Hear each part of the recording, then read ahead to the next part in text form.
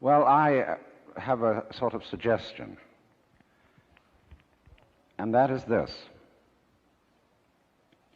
that before we decide either to save the planet or to destroy it, we pause for a moment of silence. I don't mean that kind of grim silence which one observes when somebody says, such and such a famous person has just died, and we'll observe a moment of silence in his honor, and everybody frowns and thinks very serious thoughts. That's not silence at all. I mean real silence, in which we stop thinking and experience reality as reality is. Because after all, if I talk all the time, I can't hear what anyone else has to say. And if I think all the time, and by that I mean specifically talking to yourself subvocally inside your skull, if I think all the time, I have nothing to think about except thoughts. And so I'm never in touch with the real world. Now, what is the real world? Some people have the theory that the real world is material or physical. I say it's made of kind of a stuff. Other people have the theory that the real world is spiritual or mental.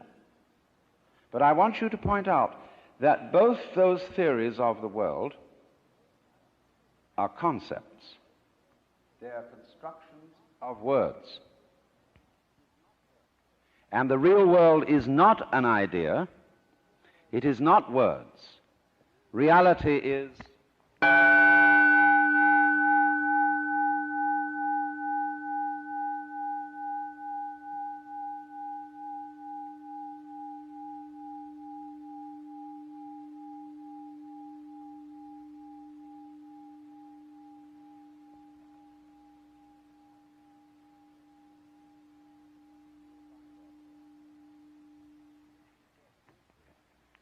you will find, therefore, that if you get with reality, all sorts of illusions disappear. And I will mention several illusions that have not this kind of existence.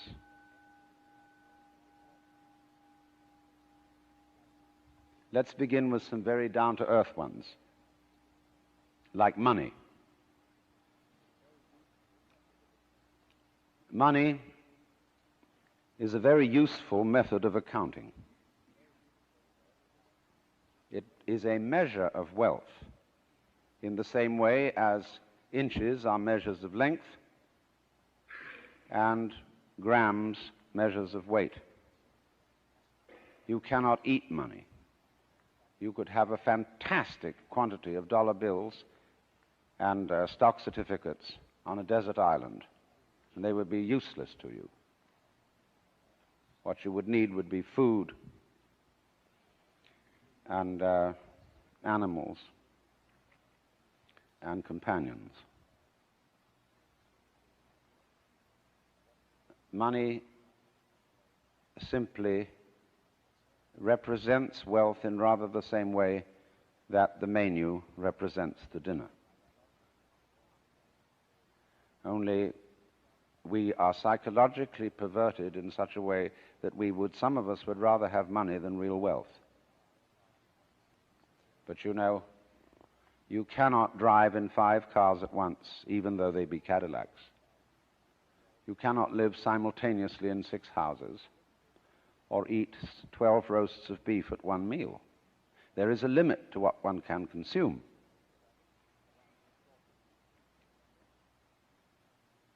So that's one of the sort of confusions I'm talking about. Another is that we confuse ourselves as living organisms with our idea of ourselves.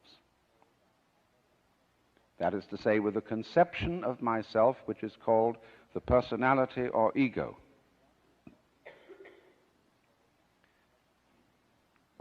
That is what we have been told we are. And it's an extremely crude and limited conception of oneself. of the actual, unique living organism. And we get unhappy because we're thinking of ourselves in this way, because we think, well, gee, I'm going to die.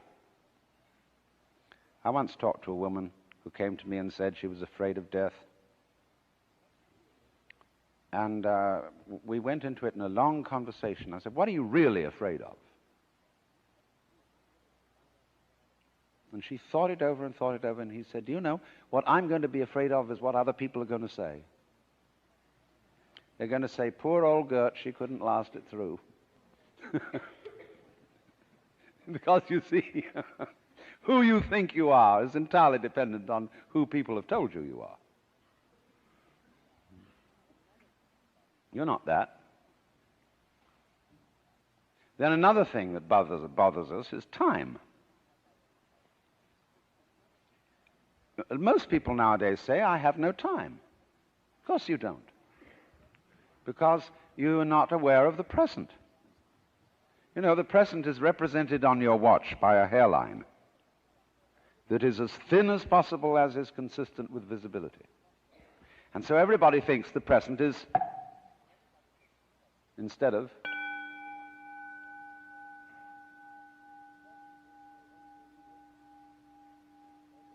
now, the present is the only real time. There is no past, and there isn't a future. And there never will be. We think ordinarily of the present as an infinitesimal point at which the future changes into the past. And we also do a terrible thing. We imagine ourselves to be results of the past. And we're always passing the buck over our shoulders, like when God approached Adam in the Garden of Eden and said, hast thou eaten of the fruit of the tree whereof I told thee thou shouldst not eat? And Adam said, this woman thou gavest me, she tempted me, and I did eat. And God looked at Eve and said, hast thou eaten of the fruit of the tree whereof I told thee thou shouldst not eat? And she said, the serpent beguiled me, and I did eat. And God, out of the corner of his eye, looked at the serpent. The serpent said nothing.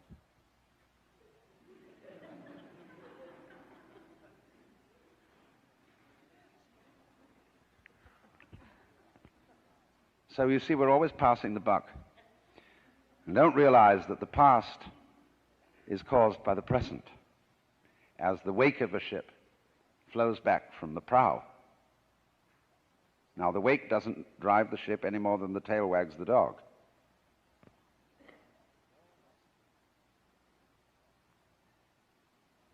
But we've all got excuses. Oh, my mother had a fit while she was carrying me in the womb. They didn't bring me up right. And then they go to the mother and say, how is it that you could have been so irresponsible with your children? And she says, well, it was my parents who didn't bring me up right either. And so everybody passes the buck. But the truth of the matter is, it all begins here. This is where the creation begins. And you're doing it and won't admit it. Because, of course, you're all God in disguise. Jesus found that out, and they crucified him for saying so. Because the Jewish people had a sense of God as the cosmic king, the boss. It was modeled on Pharaoh, on Cyrus of Persia. The King of Kings and the Lord of Lords was Cyrus's title. Kyrie eleison means Cyrus, have mercy on us.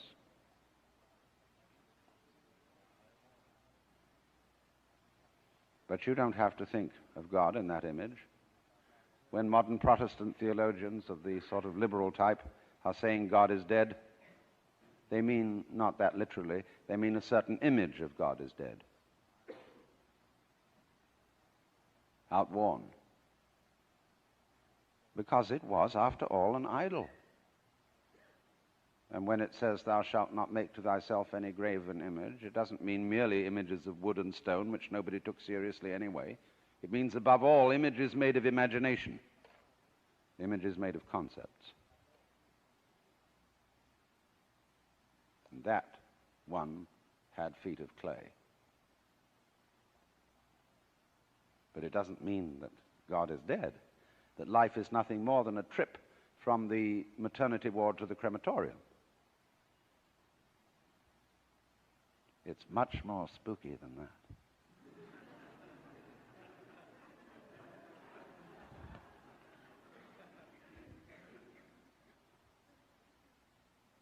Much more wonderful.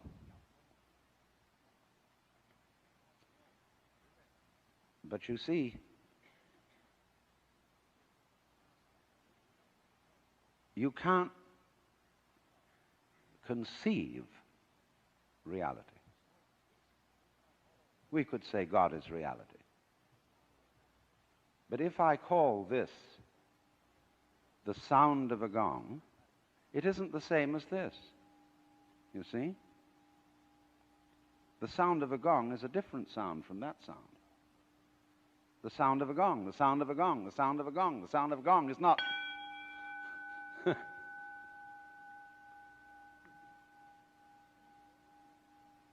So then, there is practiced throughout the world, rather more in Asia than here, although always by a minority of people, a discipline called meditation, which is to get in touch with reality. The word meditation in English doesn't have quite the same meaning, because when we talk of someone meditating, we think of deeply pondering about something. When the Orientals are asked, what do you meditate on? They look slightly puzzled. We don't meditate on anything. We just meditate. In Sanskrit, it is called jhana. In Chinese, it is called chan. In Japanese, it is called zen. And it means, very simply, to stop thinking. Temporarily. Not again that thinking is something bad,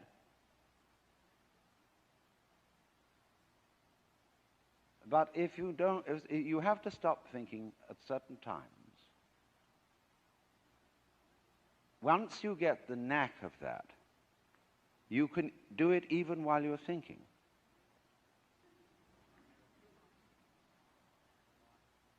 So you can be a scholar and practice meditation. This is not an anti-intellectual point of view. I imagine that most of you here are either in college or college educated.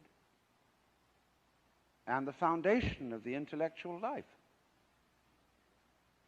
good scholarship, requires that you meditate. But in saying that, I have got myself into a linguistic trap. Because you see, I seem to be pitching it to you as if it was something good for you. As if it would give you a better future. As if it would improve you. Now, so long as such motivations and considerations exist, you're not meditating.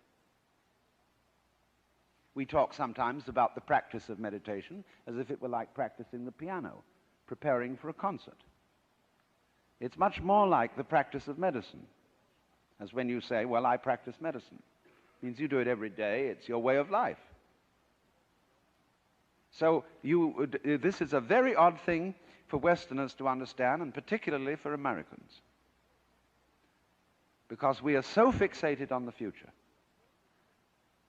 When we say we want to put something down, we say it has no future. Well, do you? Much better to have a present. Because if you don't, it's useless to make plans. Because when they work out, you won't be there to enjoy them. You'll be thinking of something else. So this is one activity which is curiously different from all others. It has no purpose.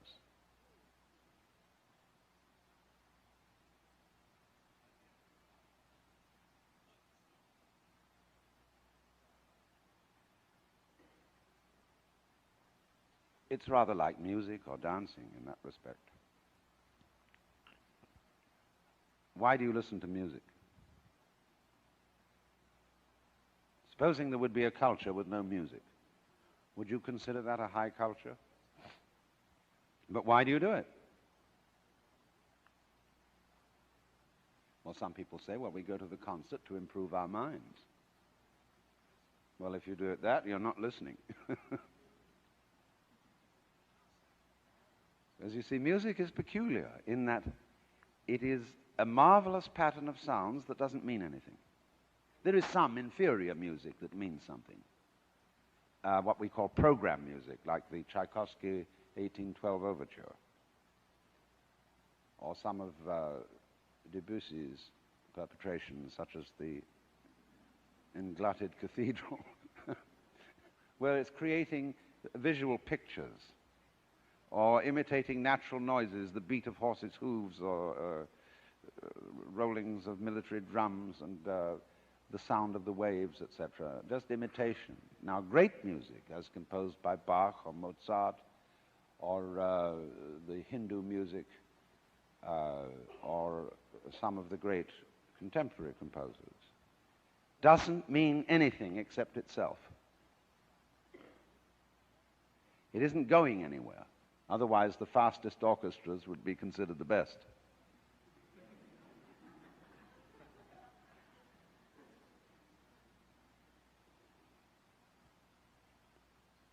So we, in music, become centered.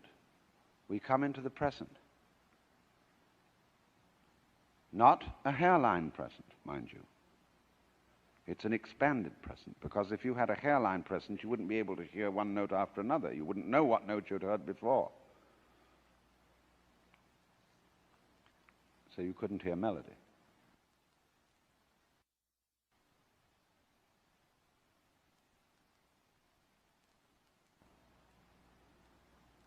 But in this, you are released into reality. That's why it is said that the angels in heaven have harps, and why they circle the throne of God and sing Alleluia, Alleluia, Alleluia, which, although it does mean hail to the Lord, doesn't really mean anything. When you really get swinging with an Alleluia, it's just Alleluia. You don't think of the meaning of it, you see, because you can't think of the meaning of God. What does God mean? What is God useful for?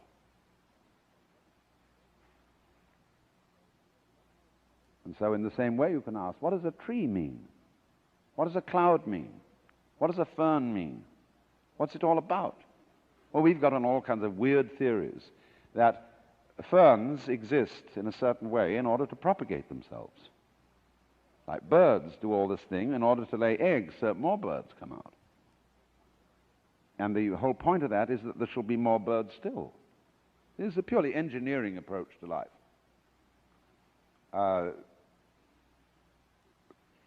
which is completely senseless. Things don't mean anything. Birds don't mean anything. Trees don't mean anything. Words mean something, yes, because they point to something beyond themselves. They are signs. But if you take words too seriously, you're like a person who climbs a signpost instead of going where it points.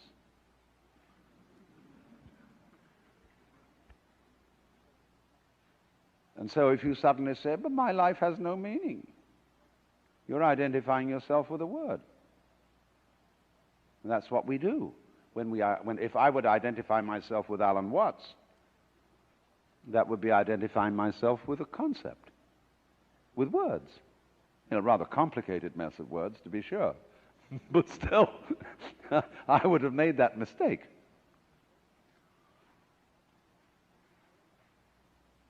So then, it has to be understood about meditation that it's not an exercise, it's not a gymnastic, it's not the ordinary sort of self-improvement procedure.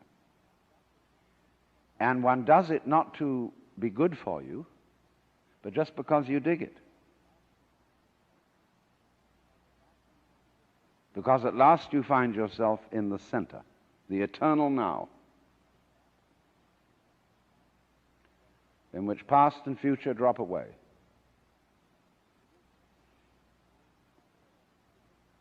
In which divisions created by words drop away. Can you point to the division between my 5 fingers? Can you, in other words, touch the difference between them? Can't be done. Because the difference is conceptual. True. They can all move independently, but only because they are one with the body, and the body is one with its environment. You cannot separate those. It's like bees and flowers. Where there are no flowers, there are no bees. Where there are no bees, there are no flowers. They look very different, but they are essentially one organism. The head and the feet look very different, but they are parts of one organism. Not really parts. Parts is a mechanical word. Like got any spare parts? The organism doesn't have parts, it has features. Now, there's not very much point in merely talking about this. You can understand it only by doing it. And I'm sorry that our facilities do not allow you to sit on the floor and to get sort of in the right relaxed, awake position. But before we go into that, I just want to know if there are any questions, if I've made myself clear, and if there are any of you who find me utterly unintelligible. So if you wave a hand at me, I'll recognize you.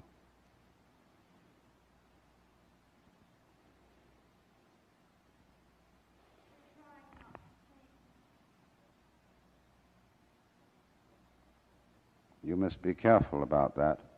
You cannot smooth rough water with a flat iron. So don't try not to think. You just allow your thoughts to do whatever they want to do, but you listen to them like you listen to birds chattering outside the window.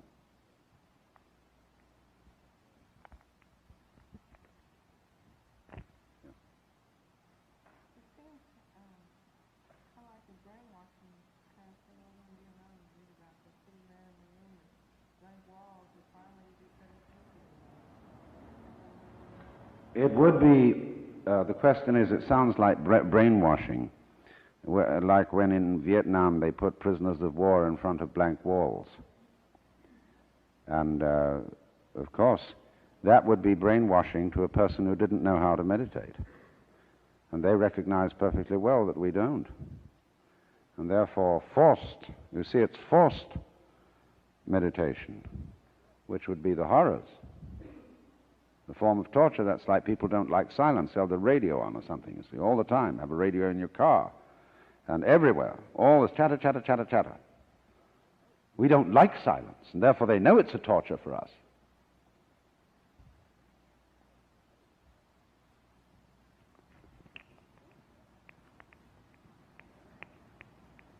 It is for them, for that matter, too. Because not many of them are experienced meditators. If they were, they wouldn't be involved in this mess.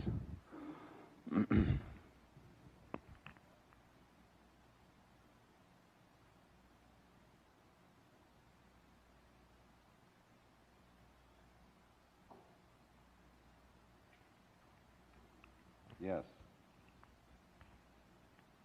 Yes.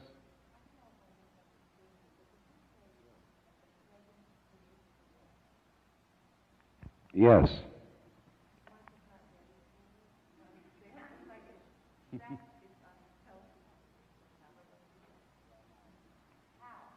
Well, now, you see, you've got to realize that we think of the world largely in terms of Newtonian mechanics. And that goes back to Greek philosophy and all their ideas of nature.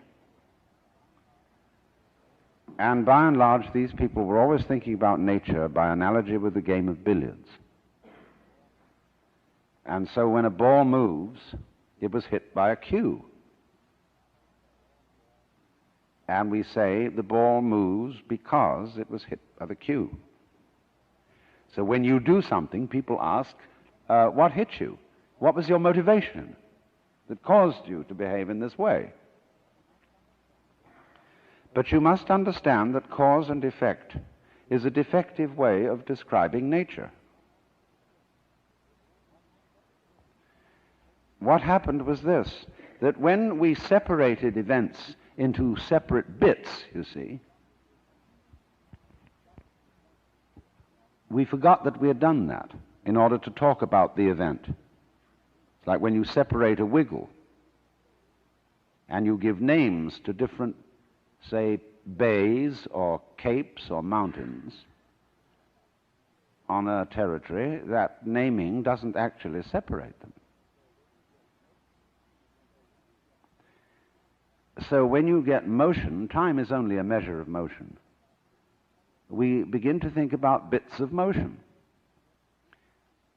And we forget we did that. Then we suddenly ask the question, but how did this bit get there? And then we say, oh, it was because of that bit that came before it. We don't see that it's all one. After all, when a cat walks along, its head comes first and its tail follows. Now, is the head the cause of the tail, or is the tail the cause of the head? Well, it's all one cat. The whole cat moves. When a snake moves, which side moves first, the left or the right?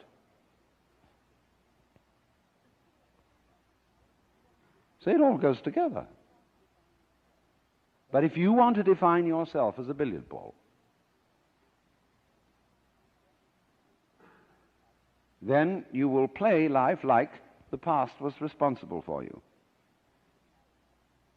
And if you believe it hard enough, you'll feel it. And that's what's happened to practically all of us. So we realize that we are living out of now and throwing the past behind us.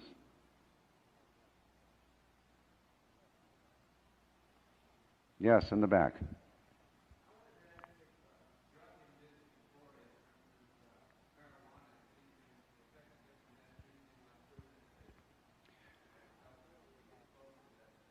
I'm leery of answering such a question.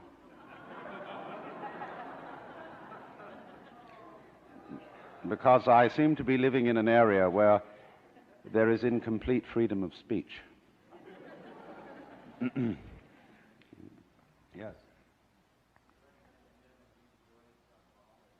What? Yes, sure. I've made a pretty clear and I think sober statement of the powers and dangers of these things in that book. Yes.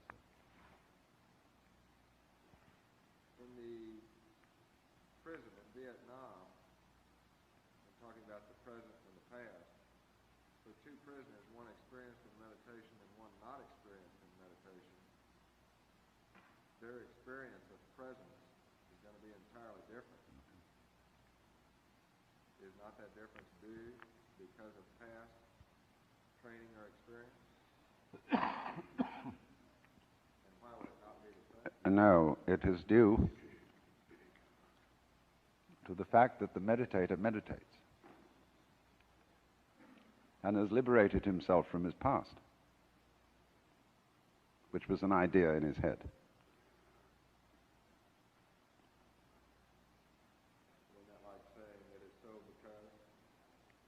It's a little bit like that, but language is so structured that I cannot talk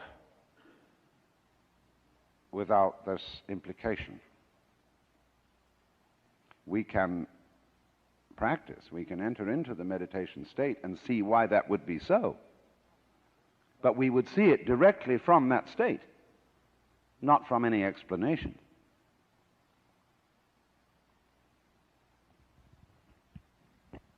Yes, sir. How can I meditate when there is no I? Isn't that complicated meditation? That's merely an illusion of grammar. It's because certain languages have the rule that all verbs have to have subjects, like in the sentence, "It is raining." What is this? So, how on earth can one get a verb out of a noun? A process out of a thing. See, you just can't do it. It's the old problem, too, of spirit and matter. How can you get a spirit to influence matter? All good ghosts walk straight through brick walls without disturbing the bricks. So how can a ghost in your body lift an arm? But I'm not saying that there is no ghost. I'm also saying, well, if I'm saying there is no ghost, I'm also saying there is no body. It's just process. Or call it pattern, moving pattern.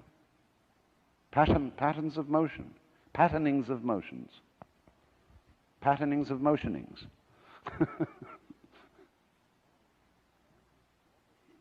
So we are always, you see, language keeps creating ghosts. And like the lightning flashed. Well, obviously the flashing was the same as the lightning. So we divided a single process into two pieces. One something called lightning, which does something called flashing.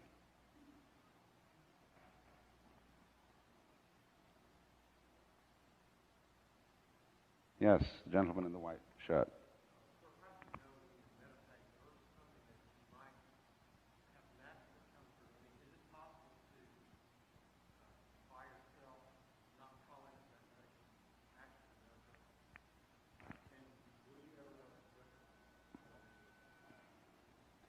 Yes, it is, of course, possible to meditate without intending to do so. But it's also possible in retrospect to realize that you were meditating. You don't lose the faculty of discursive thought. You don't get your mind permanently wiped out in that sense. You still remember your name, address, and telephone number, your social security number, and who you're supposed to be and what role you're supposed to be playing, but you know that's a big act.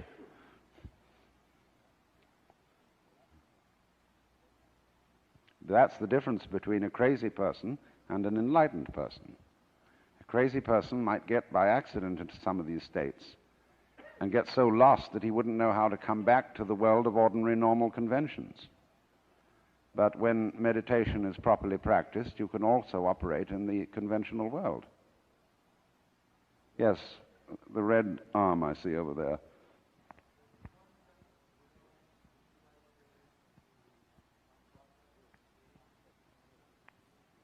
Does the concept of will fit in? Not really, no. I will try to show you practically why it is an unnecessary concept. How you can have far more energy without using your will than you can with using it. See, the will implies a separation of man and nature, and therefore we ask the question, do we have free will or are we determined? That means, are you a bus or a tram? And both concepts are off the point, because both of them presuppose a fundamental separation of the individual from the universe. Does it kick you around or do you kick it around? And if you think in that way, you lose energy. Just as my finger would lose energy if I separated it from the hand. Well, now look, we're going to take an intermission for 5 minutes, in case any of you have to leave or are tired or bored, and then we'll come back to the real business of this gathering within that time.